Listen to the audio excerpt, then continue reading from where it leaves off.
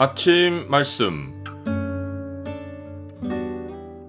오늘 본문 말씀은 사도행전 14장 1절에서 18절입니다.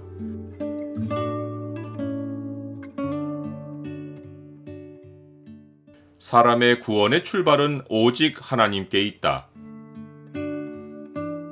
오늘 본문을 소망의 창으로 보면 말씀을 전하는 일이 사람의 힘으로 하는 일이 아닌 증거가 무엇인지가 보입니다. 소망의 창을 보여주는 구절은 14장 3절입니다. 두 사도가 오래 있어 주를 힘입어 담대히 말하니 주께서 그들의 손으로 표적과 기사를 행하게 하여 주사 자기 은혜의 말씀을 증언하시니.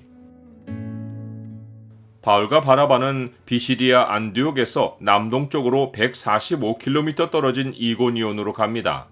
두 사람은 이고니온에서도 접촉점을 찾기 위해 유대인의 회당에 들어가 복음을 전했는데 유대와 헬라의 허다한 무리가 믿습니다. 그러나 그 가운데 순종하지 않는 유대인들이 이방인들의 마음을 선동하여 형제들인 두 사도에게 악감을 품게 해서 두 사도의 사역을 방해합니다. 그러나 주변의 상황이 위협적임에도 불구하고 두 사도는 이고니온에 오래 있어 주를 힘입어 담대히 말합니다. 주를 힘입은 담대함은 예전에 베드로와 요한이 처음으로 공회에 붙들려 갔다가 풀려나왔을 때 예루살렘 교회가 세상의 위협에 맞서 하나님께 기도로 요청했던 바입니다. 주여, 이제도 그들의 위협함을 굽어보시옵고 또 종들로 하여금 담대히 하나님의 말씀을 전하게 하여 주시오며 손을 내밀어 병을 낫게 하시옵고 표적과 기사가 거룩한 종 예수의 이름으로 이루어지게 하옵소서. 이 기도 후에 주님은 자기 백성을 성령으로 충만하게 하셨고 제자들은 담대히 하나님의 말씀을 전했습니다. 이러한 선례는 하나님의 백성이 세상의 위협을 받을 때마다 따라야 할 본이 되었고 두 사도도 이고니온 사람들의 위협을 받았을 때 분명 이 본을 따라 담대함을 달라고 주께 기도했을 것입니다. 하나님은 기도에 응답하시어 담대히 복음을 전할 수 있게 해주신 것입니다. 또한 주님은 기도의 응답으로 두 사도의 손으로 표적과 기사를 행하게 해주셔서 주님의 은혜에 관한 말씀을 증언하게 하셨습니다. 그 결과 위협하던 이방인 무리가 둘로 나뉘어 유대인들을 따르는 자들도 있고 두 사도를 따르는 자들도 있습니다.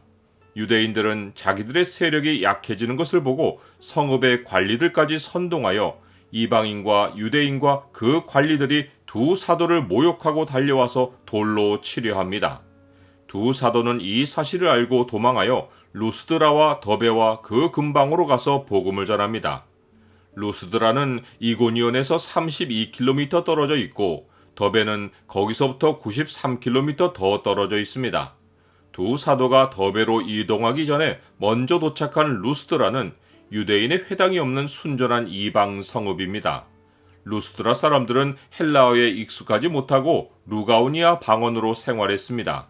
이곳에서 바울이 복음을 전할 때 나면서 한 번도 걸어본 적이 없는 한 사람이 앉아서 바울이 말하는 것을 듣는데 바울이 주목하여 보니 그에게 구원받을 만한 믿음이 있습니다.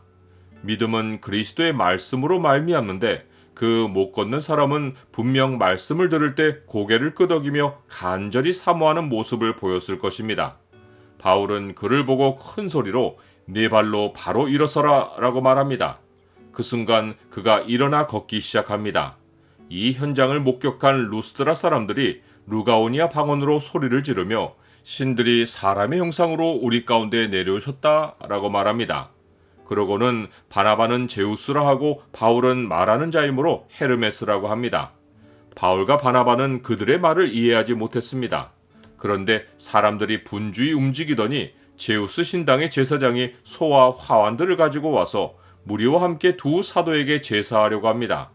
그 이유는 제우스와 헤르메스가 이 성읍에 왔다가 푸대접을 받아서 성읍에 재앙이 임했다는 속설이 있기 때문입니다. 루스드라 사람들은 재앙을 두려워하여 두 신들에게 제사로 극진히 대접하고자 한 것입니다. 나는 사람들의 속설을 두려워하지 않고 오직 하나님을 두려워합니까? 루스드라 사람들은 방언을 말하기에 두 사도는 이들을 말리는데 곤욕을 치릅니다. 두 사도는 우리도 여러분과 같은 성경을 가진 사람이라고 말하며 우리가 복음을 전하는 것은 이런 헛된 일을 버리고 천지를 지으신 살아계신 하나님께로 돌아오게 함이라고 말합니다. 그러면서 하나님이 지나간 세대에는 모든 민족으로 자기들의 길을 가게 방임하셨지만 그러는 가운데도 비와 결실기를 주시는 선한 일로서 그들의 마음을 만족하게 하셨다고 말해서 겨우 무리를 말려 제사를 못하게 합니다. 하나님의 영광이 천지 사방에 있지만 사람들은 하나님의 은혜가 아니면 하나님을 발견하지 못합니다. 그러하기에 모든 구원의 출발은 사람에게 있지 않고 하나님께 있습니다. 주께서 사랑하시는 형제들아, 우리가 항상 너희에 관하여 마땅히 하나님께 감사할 것은 하나님이 처음부터 너희를 택하사 성령의 거룩하게 하심과 진리를 믿음으로 구원을 받게 하심이니 이를 위하여 우리의 복음으로 너희를 부르사 우리 주 예수 그리스도의 영광을 얻게 하려 하심이니라.